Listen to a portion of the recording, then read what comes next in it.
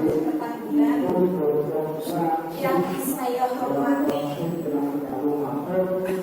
Bapak Nanang Syaifullah selaku Bapak Nanang Syaifullah SPD selaku CGP Angkatan 10, Bapak Ibu Guru SMP Negeri 1 Petalungan yang saya banggakan.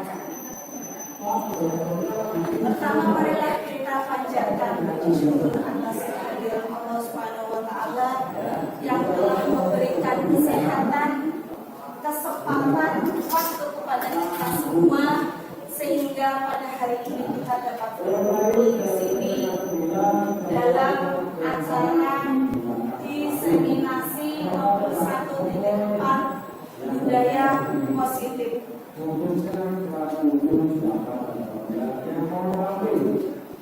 Saya selaku pembawa acara akan menyampaikan rangkaian acara. Yang pertama, sambutan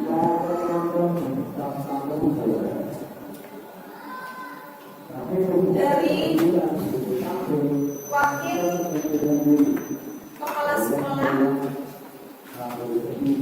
Yang kedua, pelaksanaan diseminasi yang akan dibawakan oleh Bapak Nanang Sofiyullah SPD CGP Angkatan 10. Yang ketiga adalah untuk sambutan yang pertama, sambutan dari Ibu Iza, Ibu Barisatul Hasanah selaku yang mewakili kepala sekolah SMP Negeri 1 Petalungan. Monggo dipersilakan.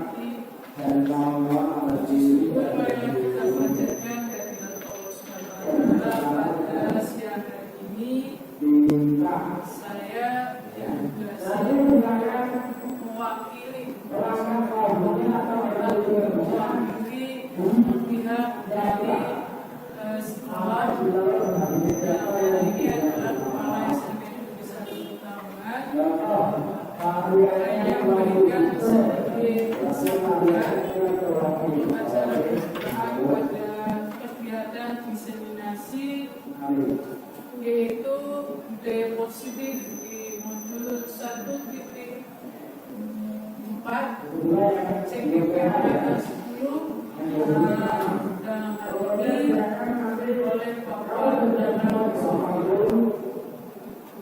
Salawat serta salam yang kita sampaikan kepada Nabi Sallallahu Alaihi Wasallam. Mudah-mudahan kita selalu umat beliau akan mendapatkan syafaat di yaumul qiyamah. Bapak Ibu, saya hanya mewakili atas nama Bapak SMP Negeri 1 Petalungan menyampaikan bahwa ucapan selamat kepada Pak Nanang yang dalam hal ini sudah masuk ke modul 1.4, itu acara diseminasi budaya positif. Mudah-mudahan apa yang dilaksanakan hari ini, kegiatan pada hari ini membawa manfaat untuk kita semua, khususnya untuk Bapak Nanang Sofiyullah yang merupakan calon gubernur angkatan 10. Tidak banyak yang saya sampaikan, hanya mengucapkan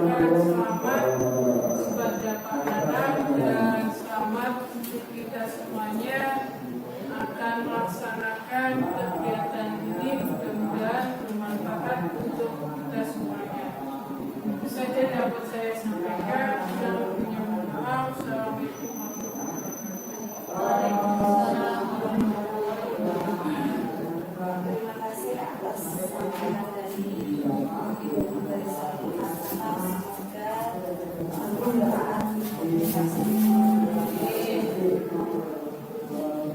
itu adalah pelaksanaan diseminasi modul 1.4 budaya positif yang akan dibawakan oleh Bapak Anan Sofiullah SPD CGB Angkatan 10. Untuk Bapak Anan Sofiullah SPD silakan.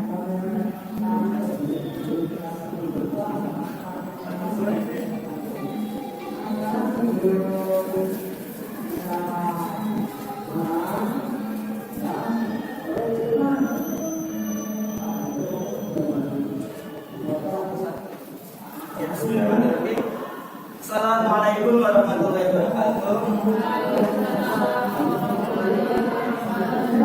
Alhamdulillahirrahmanirrahim. Wassalatu wassalamu ala Rasulillah.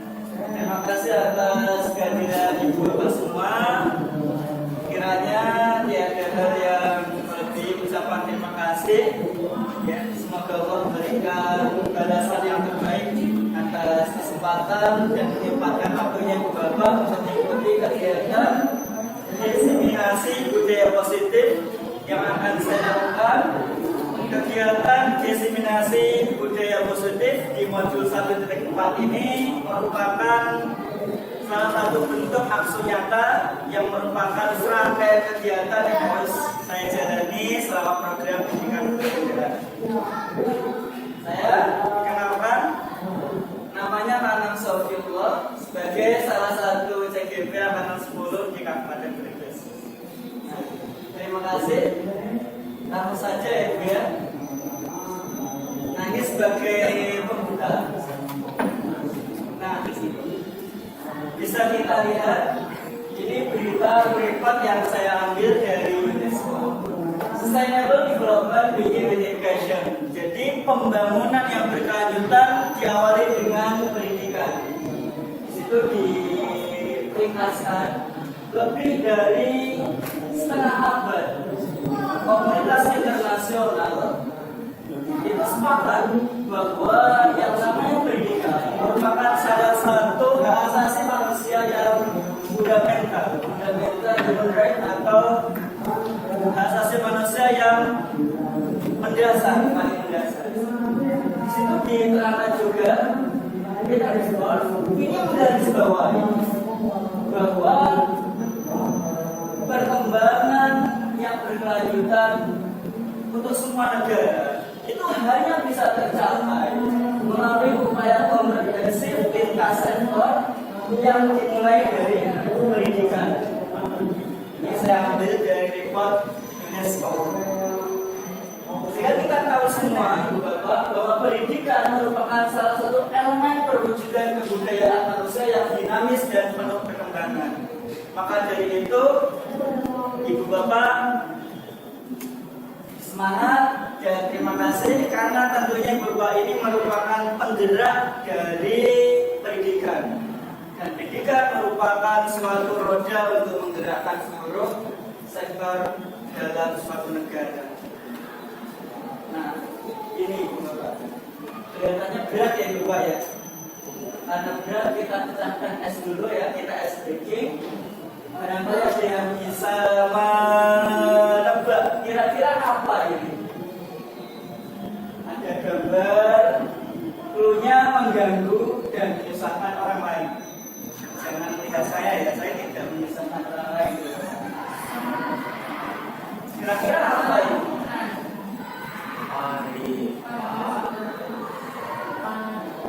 Ada yang bisa? Ini kan, ini bukan kan. Ayo. Pari.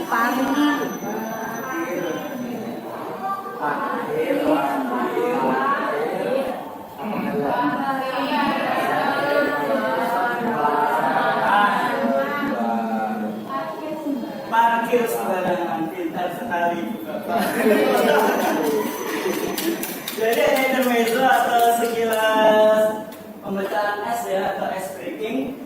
Jika ada ikan pari, terosinya disilang jadi tinggal par, ada buah pir, P-nya diganti kir, ada lem, L-nya diganti S, jadi sem, ada burung, salah, ada sarang.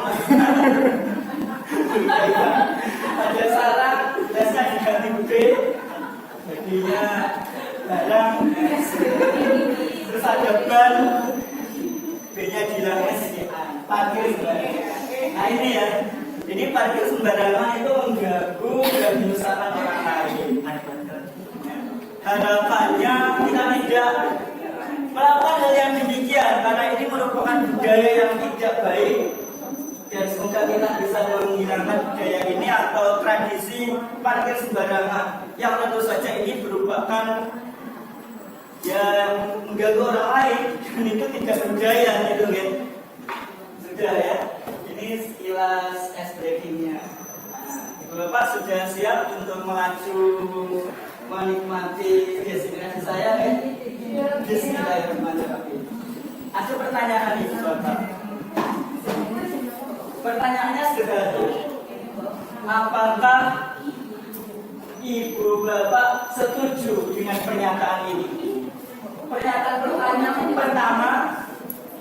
pertama, hukuman dapat mendisiplinkan anak. Setuju atau tidak Ibu Bapak? Setuju. Ada yang setuju, ada yang bukan. Nah, kita simpan ya. Pernyataan kedua, pemberian hukuman dengan hal positif seperti membaca atau membersihkan halaman sekolah dapat meningkatkan disiplin anak. Setuju? Setuju. Ada yang setuju. Dan di dalam hati kecilnya ada yang tidak. Yang ketiga, memberi penghargaan dapat meningkatkan motivasi belajar anak. Setuju? Oke. Simpan jawabannya, nanti di akhir kita refleksikan apakah masih berpegang teguh ataukah tidak. Terima kasih. Kita lanjutkan. Nah, Ibu Bapak, di sini ada yang ingin membantu saya untuk memanjat. Saya ingin berbagi Bapak, berbagi pemahaman tentang beberapa hal selama sesi 60 menit ke depan. Yang pertama, disiplin positif dan nilai-nilai kebajikan universal. Yang kedua, teori motivasi, hukuman, penghargaan dan restitusi. Berikutnya, keyakinan kelas, kebutuhan dasar manusia, restitusi terkait dengan 5 posisi kontrol, dan restitusi terkait segitiga restitusi. Selanjutnya saya akan berbagi pengalaman dalam menerapkan segitiga restitusi.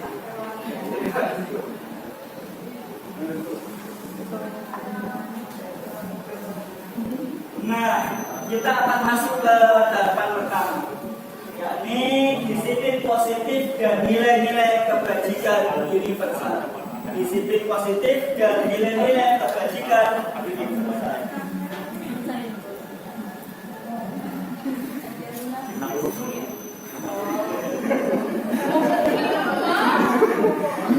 Nah, Bapak, ya, di sini kita akan melakukan sedikit permainan, tapi permainannya yang berisi tentang ya permainan yang bukan main-main sembarangan.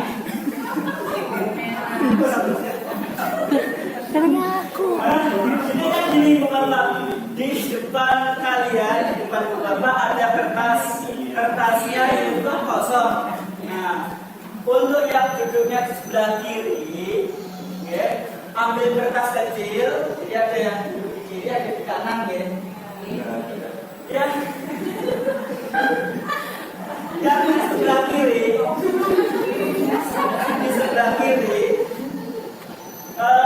tuliskan sesuatu yang sangat berharga untuk Anda. Tidak usah yang rahasia, karena rahasia mungkin tidak bisa dibagi. Letakkan di salah satu tangan Anda, ya. Selanjutnya yang di sebelah kanan, coba dengan semua tenaga untuk melindungi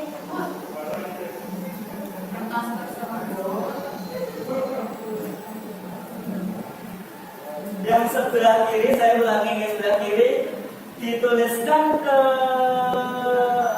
dituliskan sesuatu yang berharga tadi, terus disimpan, diamankan sekuat tenaga, digenggam, ya. Untuk yang sebelah kanan, nah dengan sekuat tenaga, dengan berbagai cara meminta teman yang tadi yang memegang kertas agar menyerahkan kertas tersebut.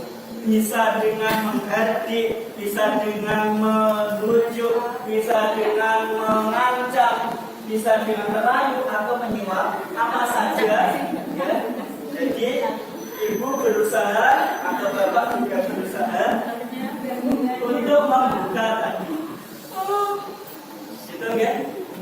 Silahkan ibu bapak bisa dimulai. Yang di sebelah kanan menuliskan sesuatu yang penting untuk disimpan di tangannya. Ya, maksudnya ini. Kirinya ibu bapak sendiri.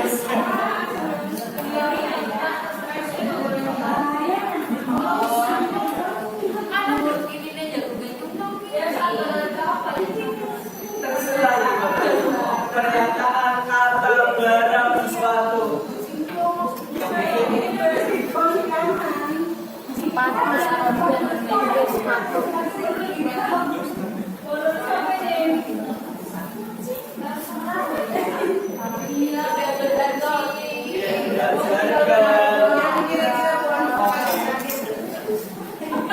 Atau rahasia tempat ibu.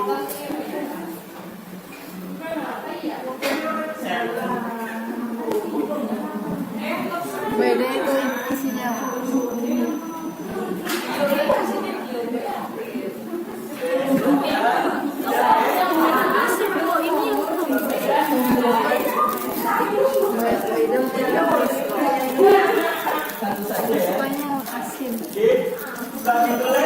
Setelah ditulis digenggam.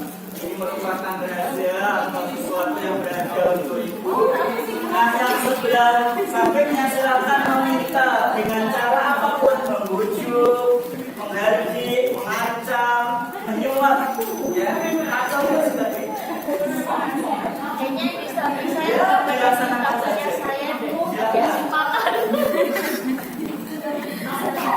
Sudah bisa dimulai.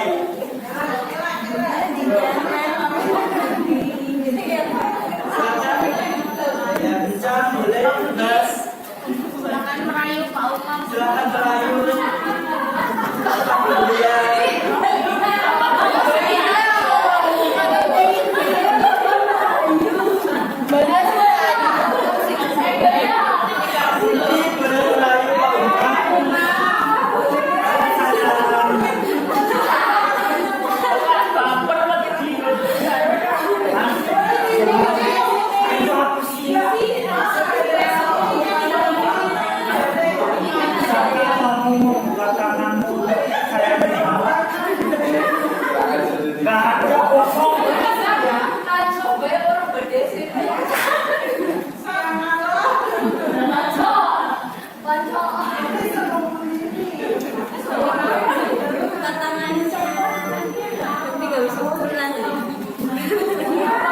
jadi boleh. Sudah ya? Sudah. Nah, sudah.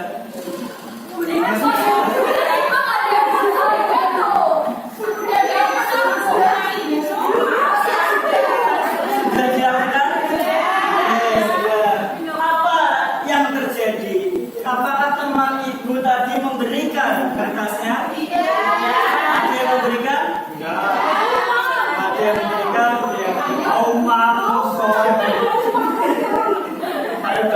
Barangkali ada yang mau mengutarakan prosesnya tadi, Ibu Iko atau Ibu Oki atau Ibu siapa?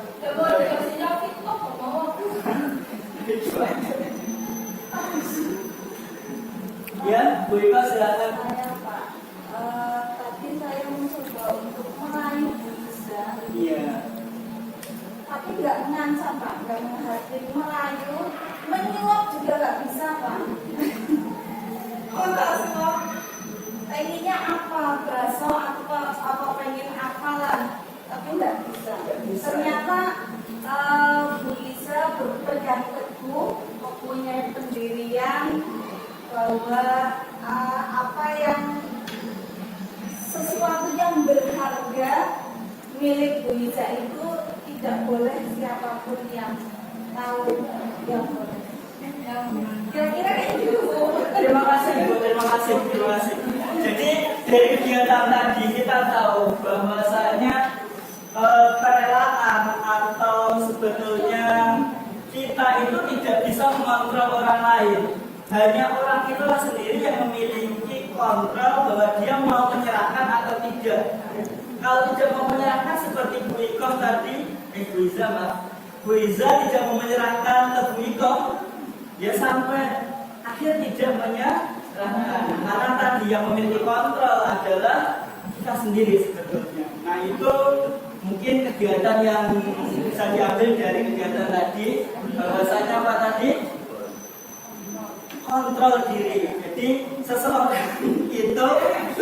itu mau menyerahkan, mau memberikan atau tidak, itu tergantung dari diri sendiri. Nah ini diri sendiri yang memiliki kontrol.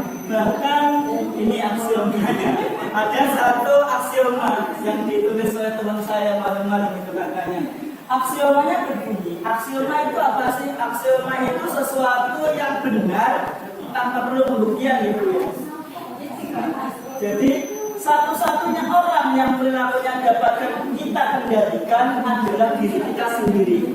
Jadi satu-satunya orang yang perilakunya dapat kita kendalikan adalah diri kita sendiri. Kalau kita tidak membuka diri untuk dikendalikan orang lain, tidak akan mau. Bahkan orang yang dari hipnotis, kalau kata Pak Om itu karena dia mau hipnotis ya Pak Om ya. Nah, iya kan. Ya. Bahkan ketika di mantra-mantra itu yang 5 percuma dosa berpati saya kalau berbicara tidak bisa atau mental karena tidak mau dihipnotis ya Pak Om. Beliau pakarnya itu ya. Jadi tadi itu. Nah, perubahan paradigma stimulus respon dari teori kontrol.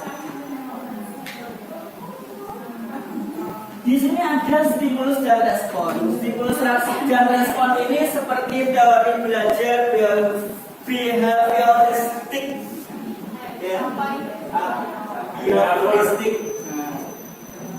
Ya teori behavioristik, teori klasik atau classical conditional, ya. Gimana kalau diberi stimulus akan ada respon, gitu ya. Itu stimulus respon atau classical conditional.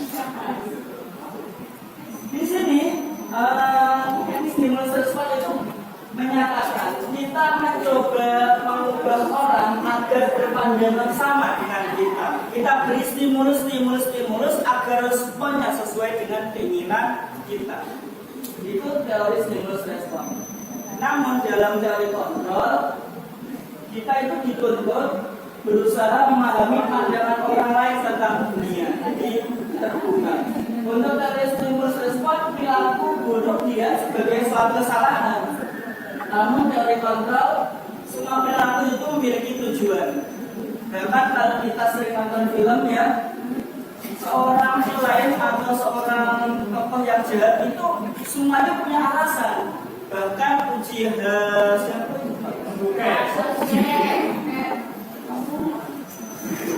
Tobi itu katanya mau membinasakan Konoha itu katanya ada alasan ya.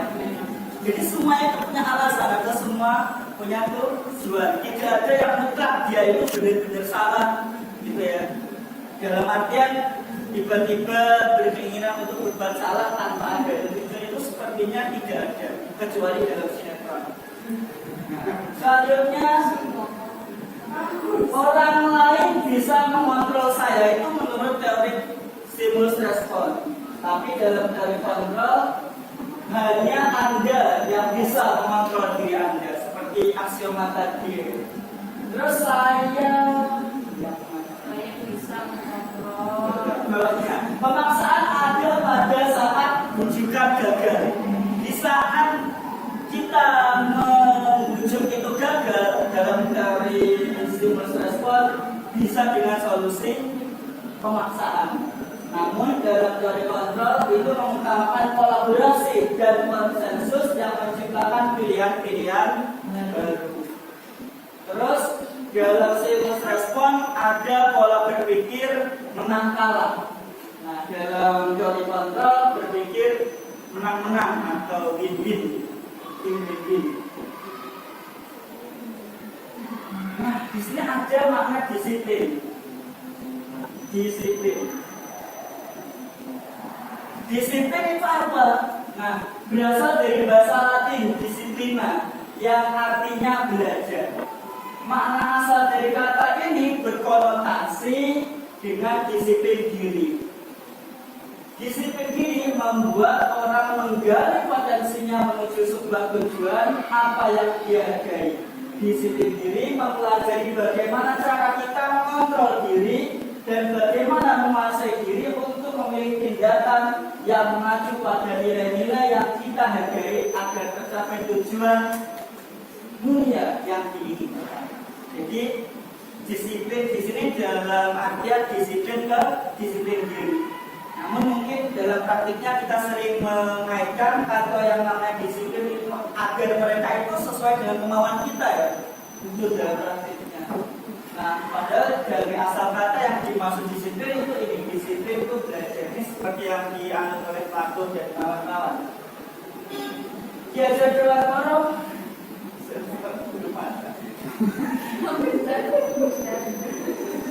diajar dengan orang juga mengaitkan dengan disiplin ini.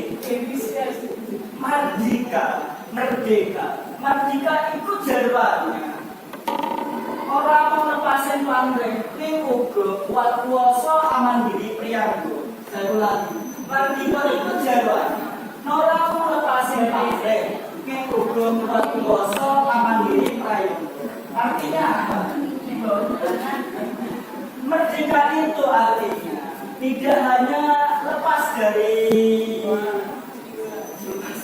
kontrol, lepas dari perintah, tetapi juga mampu untuk mandiri atau mampu untuk mengolah diri. Ini mirip dengan disiplin positif dalam artian asal katanya.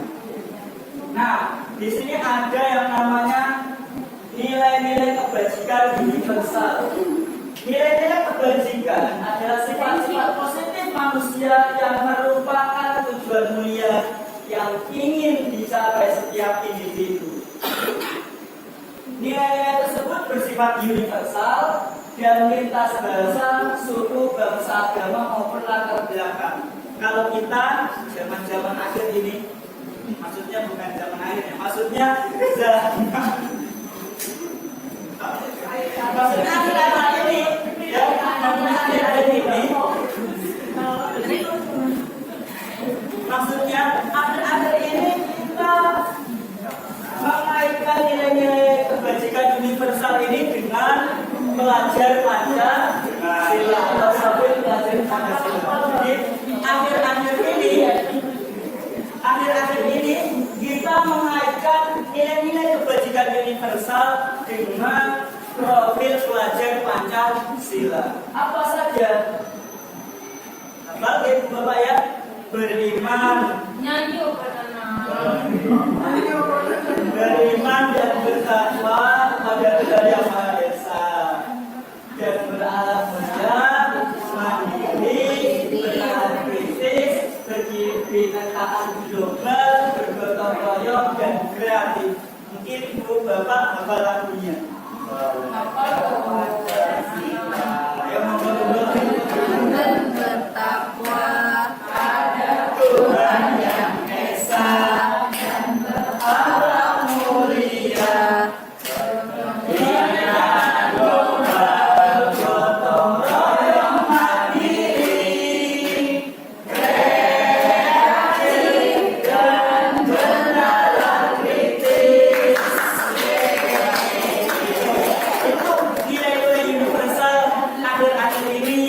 yang dijalankan oleh kita.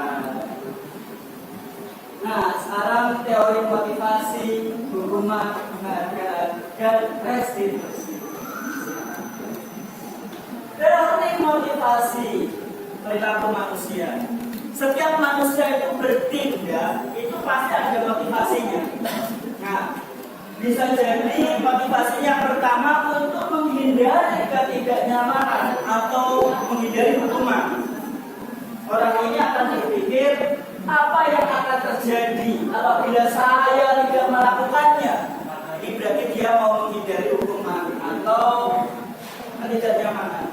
Atau ada juga seorang yang bertindak untuk mendapatkan imbalan dari orang lain atau institusi. Dia akan berpikir, apa yang akan saya dapatkan apabila saya melakukannya? Nah, dua hal ini sebetulnya rasional juga ya. Kita menghindari hukuman dan untuk memperoleh sesuatu itu rasional.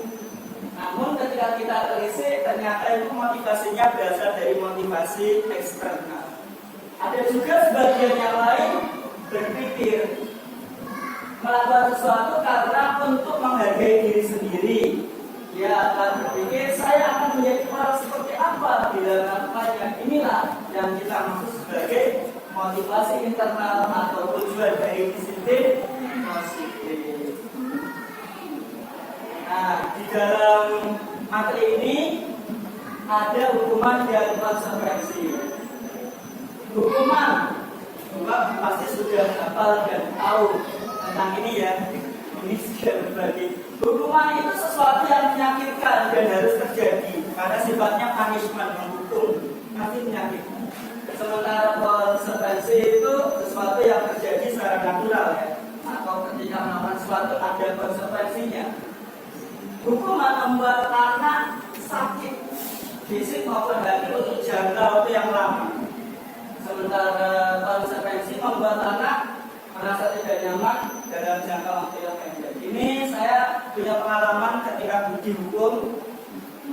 Saya pernah belajar bahasa Inggris ketika masih SMP. Sampai sekarang terasa karena memang tadi jangka lama ini. Guru bahasa Inggris saya itu sangat disiplin dalam artian ketika sebelum istirahat diberi tugas atau latihan. Nah, saya itu berusaha menyelesaikan hingga memakan waktu istirahat saya. Istirahatnya telat, akhirnya kan masuknya juga agak telat. Saya bawa minuman, dan minuman itu saya masih ingat betul, masih membeku karena dari kantin. Di sela-sela saya menyeruduk gitu ya. Guru bahasa Inggris saya itu langsung marah, sampai saya ingat sampai sekarang gitu ya. Saya disuruh lari. Malunya sampai sekarang kayak gitu. Dampaknya apa? Sampai sekarang saya ingat dan rasa pikiran terasa. Dan sampai sekarang saya juga nggak bisa bahasa Inggris mungkin gara-gara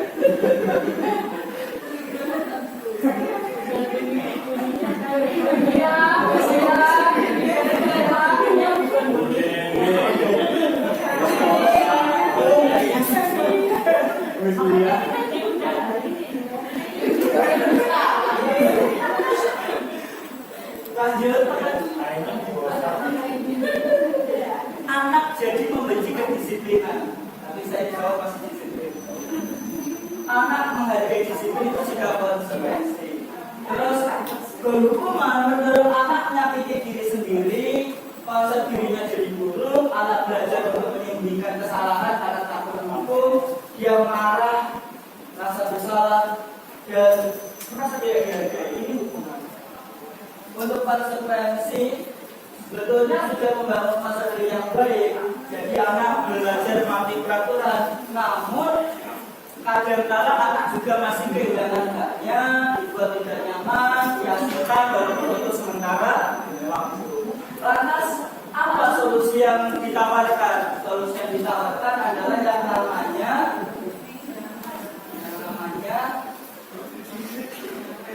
yang namanya restitusi. Apa itu restitusi?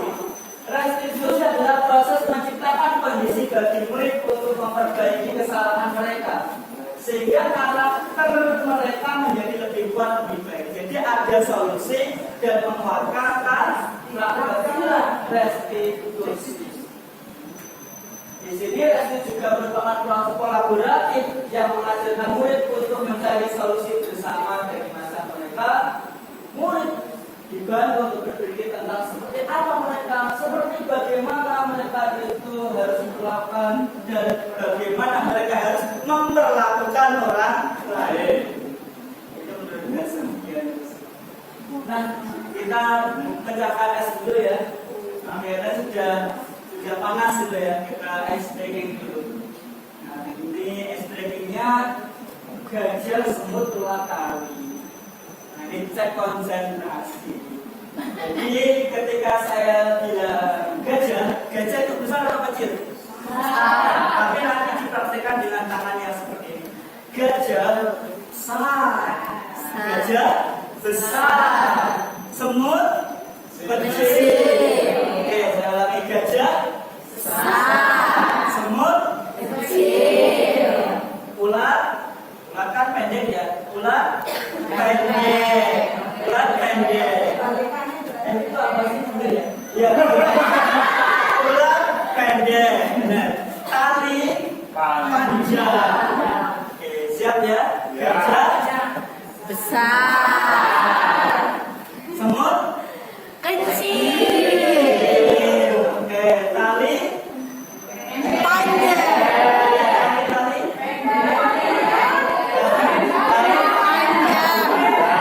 ular panjang, jelas ya? Jelas ya? Oke. Tapi sambil nyanyi dulu. Lagunya seperti kita bukan. Ada gajah-gajah semut, ada semut-semut gajah, semut menggigit gajah, gajah menggigit semut, semut gajah gigit-gigitan.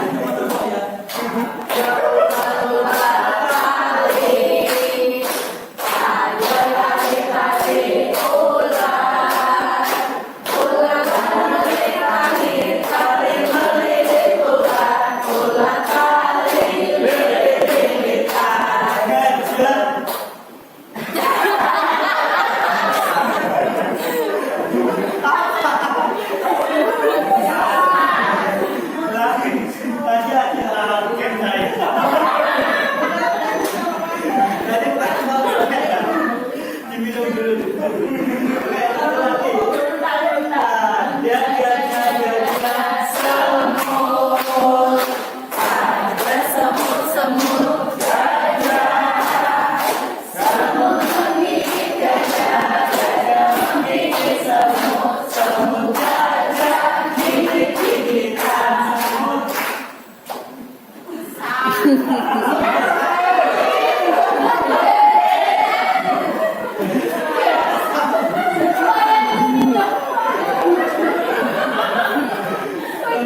kita minum dulu. Dan kita minum dulu saya. Iya, pernah. Kita minum dulu aja ya, Pak ya. Minum dulu ya. Supaya konsentrasi.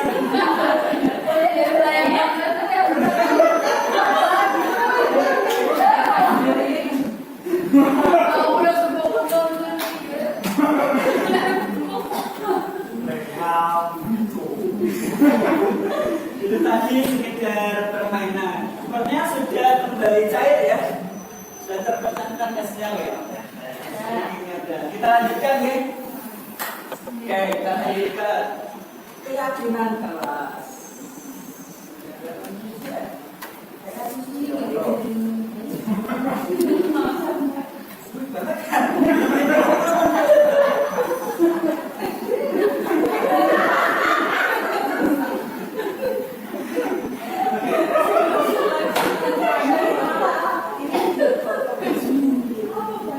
Mengapa keyakinan kelas? Oke, kita kembali lagi ya, Ibu Bapak ya. Kita kelas lagi ya. Lalu saya minum lagi akhirnya. Keyakinan kelas. Keyakinan kelas. Mengapa keyakinan kelas? Mengapa tidak peraturan saja? Jawablah pertanyaan-pertanyaan berikut di dalam hati saja.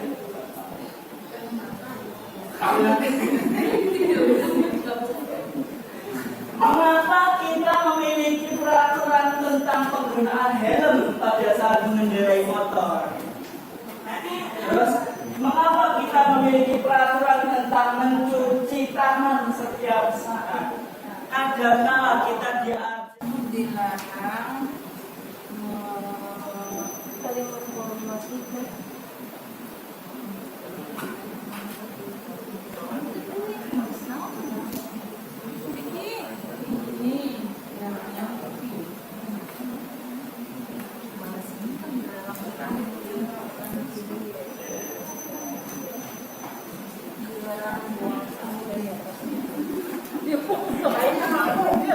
Kayaknya aku pernah baca, oh dia tadi di dalam hadis.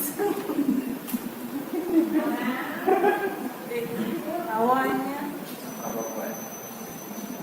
Dilarang kurang. Enggak. selingkuh. Yang namanya peraturan itu kok semuanya dilarang ya? Enggak ya. Tidak boleh makan. Jangan Kenapa semuanya tidur. negatif? Kan yang namanya peraturan kan bisa ya kan tidak harus negatif. Tidak harus negatif kok ya. Tidak boleh Semua anak wajib. Nah itu kan peraturan juga. susah kan Pak, terlalu panjang. Wajib bangun tidur. Itu kan termasuk peraturan tapi positif. Nah, wajib bangun tidur. Salah. Wajib tidur terus bangun. Kok ya maksudnya wajib bangun tidur terus tidur lagi kan malah parah. Ah iya. Berarti wajibnya Tak mau kan.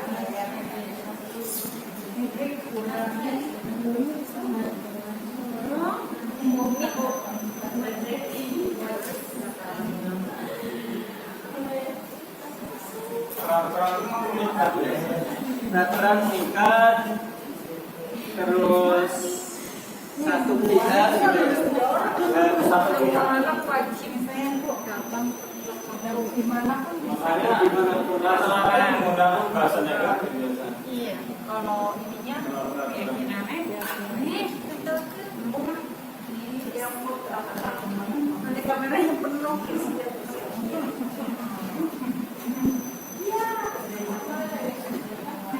Ini pirasi sih sebagai kasihan.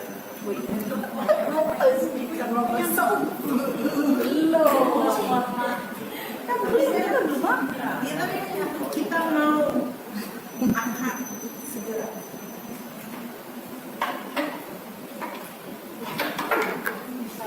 Manis.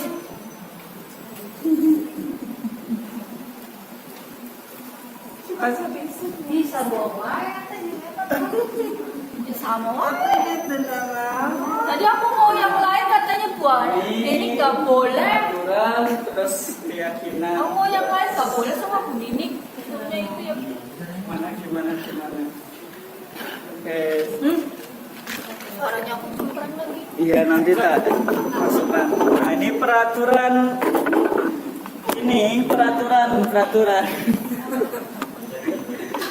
nah ini peraturan yang warna hijau terus yang warna kuning keyakinan kelas. Coba kita lihat yang pertama, dilarang membuang sampah sembarangan. Nah, Menjaga keyakinannya sama. buanglah sampah pada tempatnya. Nggak. Nggak takut. Maksudnya apa ya? Ini yang lagi. Dilarang buang sampah sembarangan, keyakinannya jagalah kebersihan ruang kelas. Ini keyakinan. Dilarang atau tidak boleh saling mengejek-ejek. Keyakinannya saling menghargai dan menghormati sesama teman. Nah, ini keyakinan. Ya sama tuh. Terus dilarang ribut. Nah, keyakinannya kami yakini sangat penting menghargai orang lain. Dilarang membuli. Keyakinannya saling menghormati dan menghargai. Tidak boleh membuang sampah. Masalah. Tidak boleh membuli sesama teman. Keyakinannya saling menghormati dan menghargai sesama teman. Dilarang mencoret-coret meja dan buku. Yang di atasnya ada salah. Dilarang mencoret-coret meja dan bangku. Nah, keyakinannya menjaga kebersihan kelas. Dilarang berkelahi, keyakinannya saling menghormati teman. Nah, ini terima kasih Bu. Kita sudah bersama-sama berpraktik untuk membuat keyakinan kelas. Jadi yang namanya keyakinan kelas itu memuat nilai-nilai kebajikan yang universal, yang tadi mencakup nilai-nilai yang diyakini oleh anak-anak. Seperti tadi di awal, sekarang kita mengenal namanya nilai-nilai kebajikan universal dalam profil pelajar Pancasila.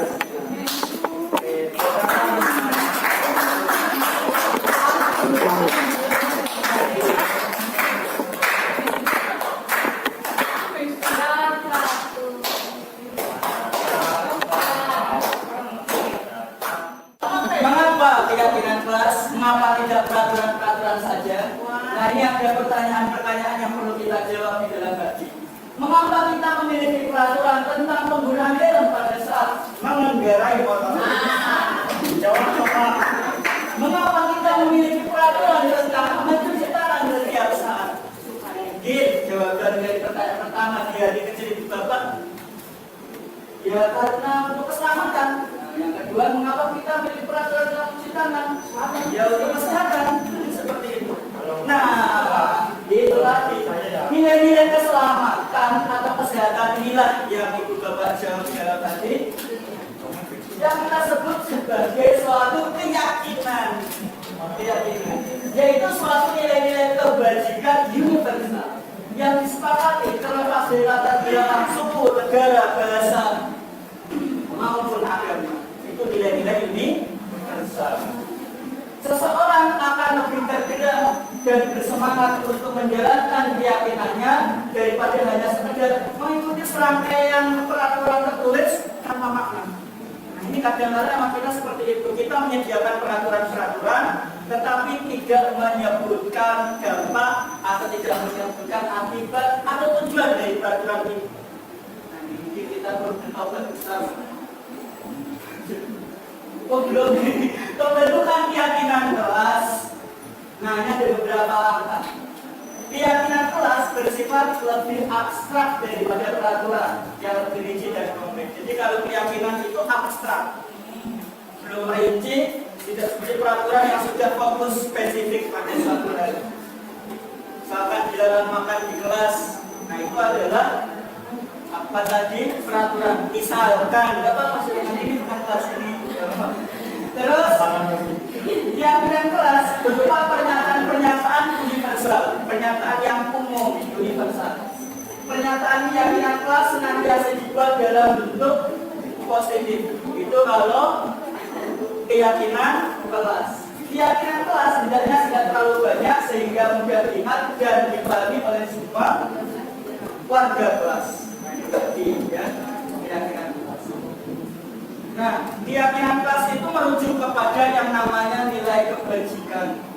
Nilai kebajikan macam-macam. Ada nilai kebajikan bertanggung jawab, saling menghormati, komitmen, kesehatan, keamanan, dan empati. Ini kata-kata ini kan universal. Bertanggung jawab, ya seperti itu. Nah, Bapak coba kita tebak bersama-sama. Atau mungkin bisa pakai kertas maju ya.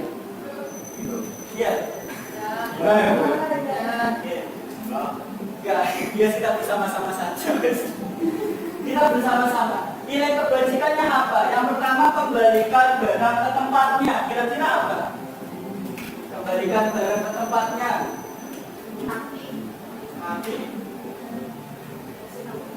Tanggung jawab. Kita jawab praktik.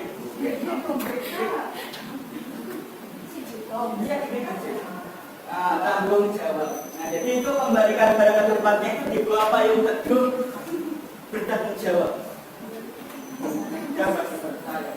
Dilarang mengganggu orang lain. Nah, ini kira-kira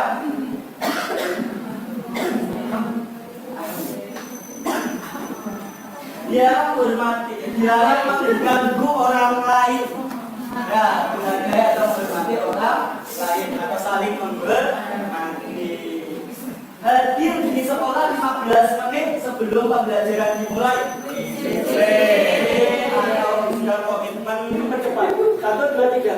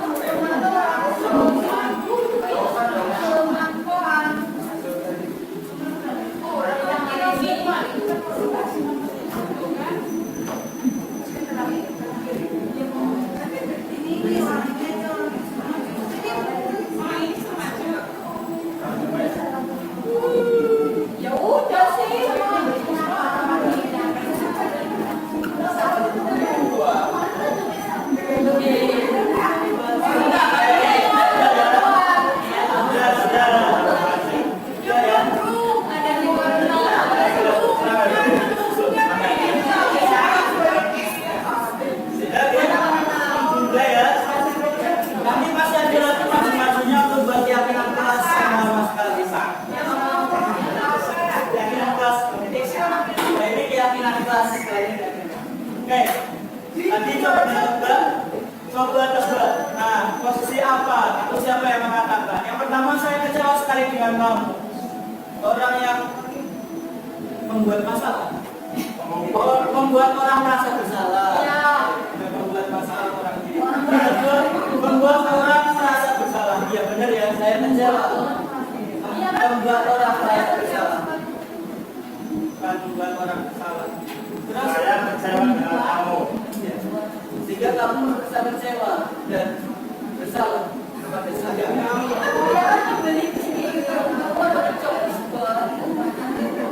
Kamu tidak pernah benar melakukannya.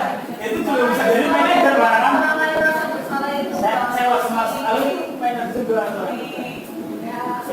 Tapi kunci teknik. Kamu tidak pernah benar melakukannya. Tidak pernah.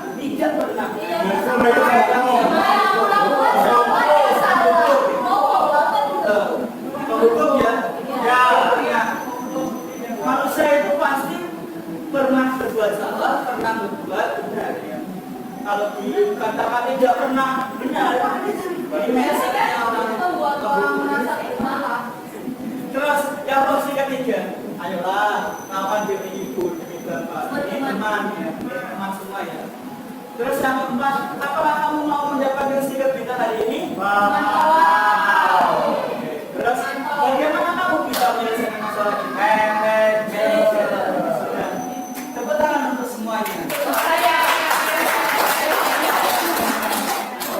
Berarti ada 3 sisi. Namanya segitiga. Ada 3. Nah, sisi yang pertama menstabilkan identitas, kemudian sisi yang berikutnya validasi tindakan yang salah, kemudian sisi yang lain menanyakan keyakinan. Ini ada tahapan-tahapan yang perlu dilakukan. Apakah segitiga restitusi ini dilakukan harus sesuai urutan? Sebenarnya tidak harus. Bahkan dalam praktiknya kita cukup memberikan validasi atau menanyakan keyakinan untuk masalah-masalah yang ringan. Ya. Nah, Habis penerapan segitiga resolusi ini dirasa bisa untuk membangkitkan dan memperbaiki anak atau memperbaiki kesalahan anak. Pertama, menstabilkan identitas. Bisa diawali dengan kalimat, kamu bukan satu-satunya yang pernah melakukan ini. Setiap orang pasti pernah melakukan kesalahan. Validasi tindakan yang salah, menanyakan keyakinan, dan seterusnya. Yang pertama, validasi tindakan salah. Yang pertama dalam segitiga restitusi ada menstabilkan identitas. Dalam menstabilkan identitas ini untuk membuat anak yang sebelum terus ulangi dalam segitiga restitusi yang pertama ada menstabilkan identitas. Di sini menstabilkan identitas tujuannya untuk membuat anak yang merasa gagal karena berbuat salah menjadi positif terhadap dirinya. Hakikatnya orang atau seorang anak yang salah, dia itu dalam identitas gagal. Maka kalau kita biarkan atau kita malah menghujat dia akan tetap di posisi gagal itu. Maka pertama yang dilakukan adalah menstabilkan identitas agar dia yang merasa gagal itu menjadi positif terhadap dirinya. Guru bisa berkata, berbuat salah itu hal yang manusiawi. Tidak ada manusia yang sempurna. Kita pasti bisa menyelesaikan permasalahan ini. Bapak atau ibu tidak tertarik untuk mencari tahu siapa yang benar, siapa yang salah. Bapak atau ibu lebih tertarik untuk menyelesaikan masalah ini. Kalau kamu menyalahkan dirimu sendiri terus-menerus, apakah kamu bersikap baik pada dirimu sendiri? Nah, ini contoh-contoh yang bisa kita gunakan untuk menstabilkan identitas anak yang dalam posisi gagal agar berubah menjadi posisi yang positif. Berikutnya dalam segitiga restitusi, validasi tindakan yang salah. Pada dasarnya setiap tindakan manusia tujuannya adalah memenuhi basic needs atau kebutuhan dasar. Itu jadi ada tujuannya. Maka yang perlu dikatakan dulu dalam validasi tindakan yang salah, diantaranya kamu pasti punya alasan kenapa melakukannya. Apa yang penting bagi kamu? Kamu boleh tetap berusaha menjaga sikap hidup, tapi tambahkan sikap yang lain yang baru. Maukah kamu belajar cara lain untuk mendapat yang kamu butuhkan tanpa harus memukul, tanpa harus mengejek dan seterusnya? Itu contoh validasi tindakan yang salah. Berikutnya, menanyakan keyakinan. Anak melihat kesalahannya itu dihubungkan dengan norma sosial dan nilai-nilai yang mendasari manusia berinteraksi dengan orang lain. Guru bisa mengatakan beberapa hal berikut. Apa nilai yang kita percaya di kelas atau sekolah kita? Nilai-nilai universal apa yang telah kita sepakati? Kamu ingin jadi anak yang seperti apa? Apa yang kamu rasakan ketika kamu melakukan itu? Kamu menjadi orang yang seperti apa? Ini salah satu kata-kata atau yang digunakan untuk menanyakan keyakinan. Nah, alhamdulillah. Kita sudah di penghujung. Namun sebelum di penghujung ada poin-poin yang bisa kita saksikan bersama.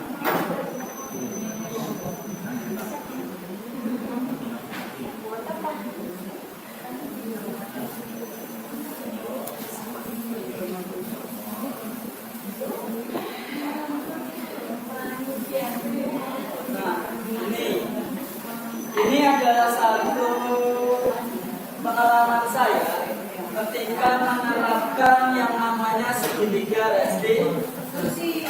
Oh, nggak ada suara. Ya.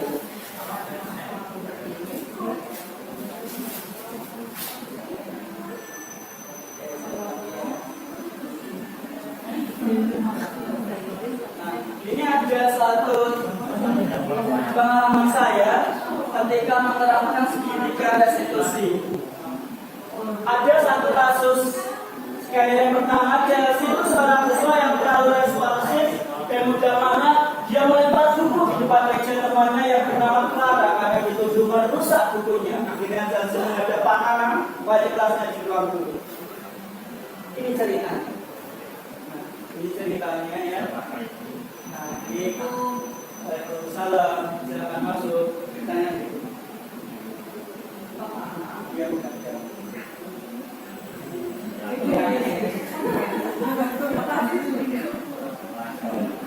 Masya Allah. Ini sebetulnya ada sebetulnya kemarin ya. Jadi tadi pertama sambil kali identitas kita gali dulu. Kita buat dia yang tadi dalam posisi gagal menjadi posisi dia curhat dia. Suaranya nggak kedengaran ya. Terus setelah itu validasi tindakan yang salah. Tadi kata-katanya yang kamu melakukan itu pasti ada alasannya. Saya tadi gitu. Terus baru menanyakan ya, Dina, kamu yang kamu tindakan itu berkenan nggak dengan nilai-nilai kamu?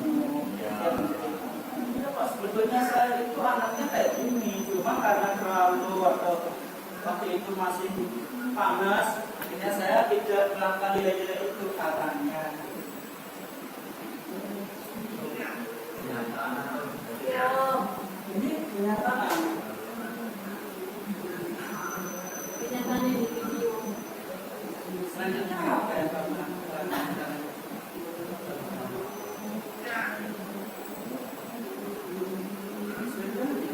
Nah itulah kira-kira itu ya.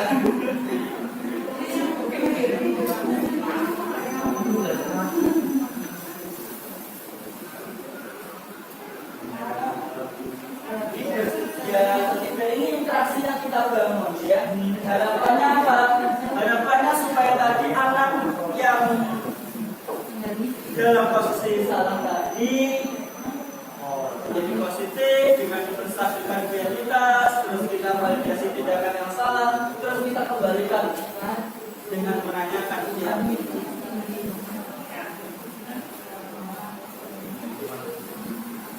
Ya. Nah itu ceritanya. Kira-kira ibu bapak sudah menerapkan ya? Ya kalau belum kita terapkan bersama-sama. Nah ini akhirnya di penghujung kata saya ucapkan terima kasih yang segala-galanya, yang seterus-terusnya. Saya kutip kata-kata dari Pak Hajar Dewantara, Hajar Dewantara. Beratlah kemerdekaan itu, bukan hanya tidak terperintah saja, akan tetapi harus juga dapat menegakkan dirinya dan mengatur kehidupannya dengan tertib. Dalam hal ini termasuk juga mengatur tertibnya berhubungan dengan kemerdekaan orang lain. Intinya modul ini membahas agar kita ini menjadi manusia yang merdeka. Merdeka itu tidak hanya lepas bebas, tetapi tadi bertanggung jawab dalam diri. Karena ada kemerdekaan orang. Nah, terima kasih. Saya ucapkan. Ya. Terima kasih kepada Bapak Nanang Sofio SPP. Semoga apa yang disampaikan beliau bermanfaat dan banyak hikmah yang kita dapatkan. Amin. Sebagai penutup, marilah kita tutup dengan bacaan hamdalah. Alhamdulillah. Saya selaku pembawa acara kurang lebihnya mohon maaf bila taufik wal hidayah. Assalamualaikum warahmatullahi wabarakatuh. Waalaikumsalam.